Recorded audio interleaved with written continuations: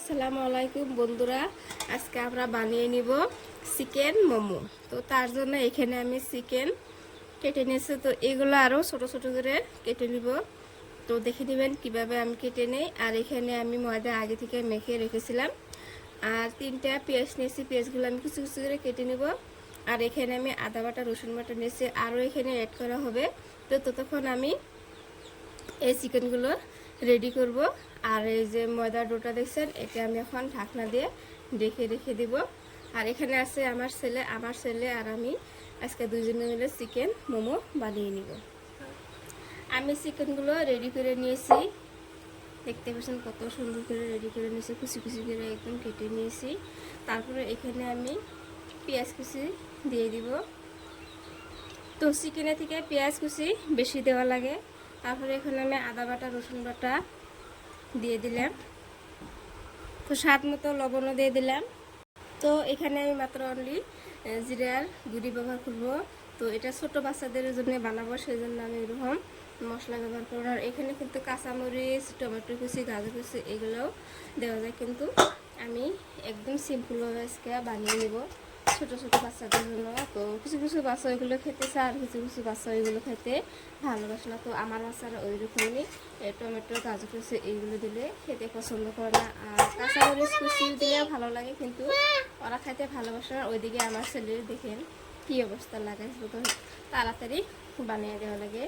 তো সেই জন্য আমি একটু তাড়াহুড়ো করতেছি। তো বাচ্চাদের কথা এরকম। তো এটা আমি খুব সুন্দর করে ভালো করে অল্প সময় এইভাবে হাত দিয়ে মেখে মেখে একটা ভালো করে এইভাবে কেচে দিব।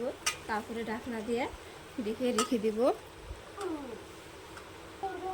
তো এটা আমার রেডি হয়ে গেল। এখন আমি রেখে দিব প্রায় আধা ঘন্টার মতো। আর ততক্ষণে দেখেন বন্ধুরা আমার ছেলে কি করছে, মজা নিয়ে একবারে সেজে দিছে এই বেলুনটা। তো এখন আমি এখানে উপরে আটা দিয়ে দিয়ে এইগুলো ছাড়াতে হবে।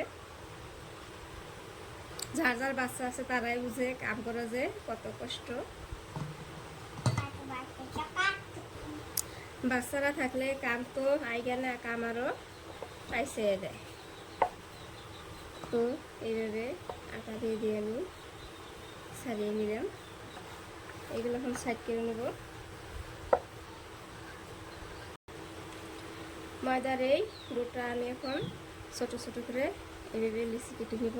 এগুলো ছোট ছোট করে নেব।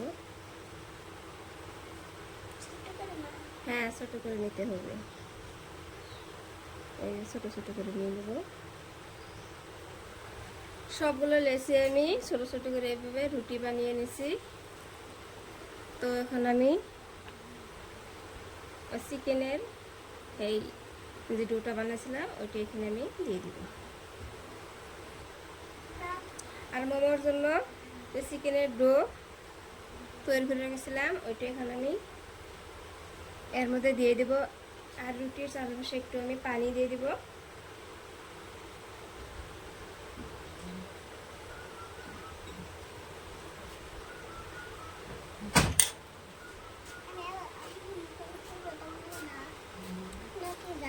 না জানছে না বানাইছি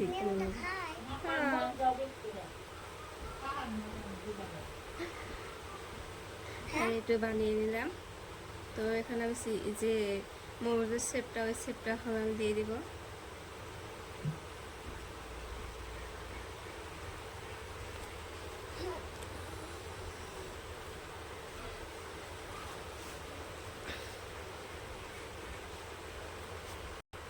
আমি আরেকটা দিয়ে দিব। ওই যে গ্যাসের উঠে চারপাশে পানি দিয়ে দিব।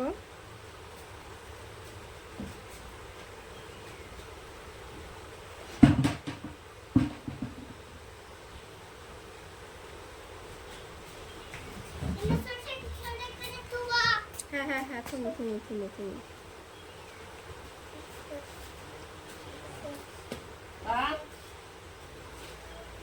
এটা একটু অন্যরকম করে বানিয়ে নিলাম। এরকম করে বানিয়ে নিলাম। আর একটা বানিয়ে নিলাম। দেখেন বন্ধুরা কত সুন্দর ডিজাইন হয়েছে, আমি ভাবতেই পারিনি এত সুন্দর ডিজাইন হবে। একদম সহজ। আর একটা একদম ছোট করে বানিয়ে নিলাম। তো আমি এই কটা বানিয়ে নিয়েছি। আর এখানে নিয়ে নিয়েছি রাইস। তো এখন আমি রাইস কুকারের যে ছাঁকনিটা আছে ওই ছাঁকনিটা সামান্য একটু সাদা তেল দিয়েছি, যাতে সে ধোয়ার পরে এই পাত্রটা লেগে না ধরে, সেই জন্য আমি অল্প সাদা তেল কষে নিয়েছি। আর এখানে আমি যেগুলো রেডি করে রাখছিলাম ওইগুলো মোমো দিয়ে দিব।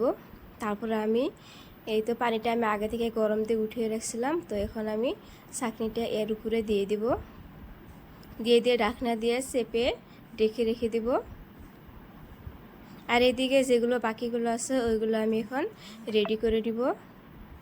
আর ফাইনালি দেখেন বন্ধুরা, মোমোগুলো কিন্তু খুব সুন্দর করে সেদ্ধ হয়ে গেছে। এখন নামিয়ে নিব।